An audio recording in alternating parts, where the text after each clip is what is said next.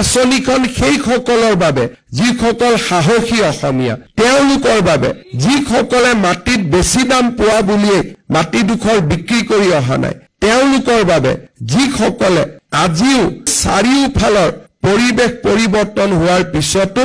নামঘৰৰ চাকি জুপি যাতে নুমাই নাযায়, তাৰ বাবে জীৱনৰ সৰ্বস্ব এৰি হলেও অক্ষয় বন্তি গছি জ্বলাই ৰখাৰ বাবে প্ৰয়াস কৰিছে। যিসকলে আমাৰ অসমৰ ডেমোগ্ৰাফিক ইনভেশনৰ ফলত নিজক নিৰাপত্তাহীনতাত ভুগিও নিজৰ মাটিডোখৰ বিক্ৰী কৰি জন্মভূমিৰ পৰা আঁতৰি অহা নাই, যিসকলে আমাৰ দৰে নগৰ মহানগৰত থাকি বিলাসী জীৱন বা নিৰাপত্তামূলক জীৱনৰ পৰিৱৰ্তে আজিও এটা কষ্টকৰ জীৱন সন্মুখত ৰাখি অসমৰ মাটি ভেটি সংস্কৃতিক জীয়াই ৰখাৰ বাবে সংগ্ৰাম কৰিছে, যাৰ মনৰ দুখ আৰু কষ্ট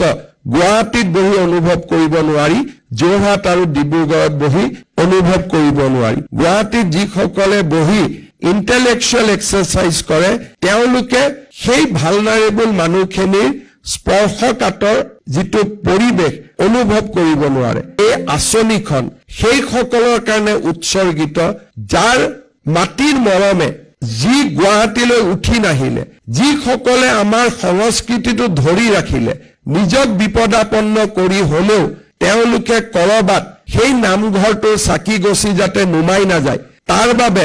নিজৰ জীৱনক বিপদাপন্ন কৰিও সেই সত্ৰখনৰ মন্দিৰটোৰ অক্ষয় বন্তি গছি জ্বলাই ৰাখিছে। এই আঁচনিখন তেওঁলোকৰ বাবে যিসকল সাহসী অসমীয়া, তেওঁলোকৰ বাবে যিসকলে মাটিত বেছি দাম পোৱা বুলিয়ে মাটিডোখৰ বিক্ৰী কৰি অহা নাই, তেওঁলোকৰ বাবে যিসকলে আজিও চাৰিওফালৰ পৰিৱেশ পৰিৱৰ্তন হোৱাৰ পিছতো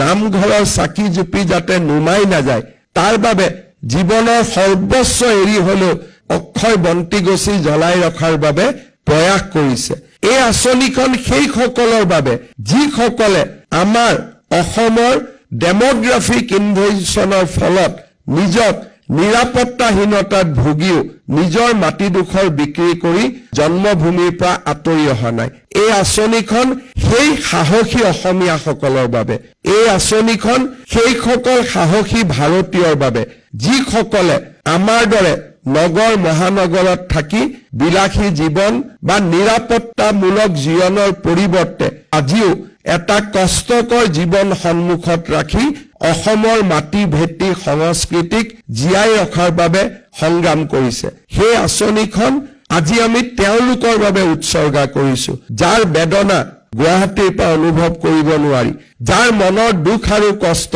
গুৱাহাটীত বহি অনুভৱ কৰিব নোৱাৰি, যোৰহাট আৰু ডিব্ৰুগড়ত বহি অনুভৱ কৰিব নোৱাৰি।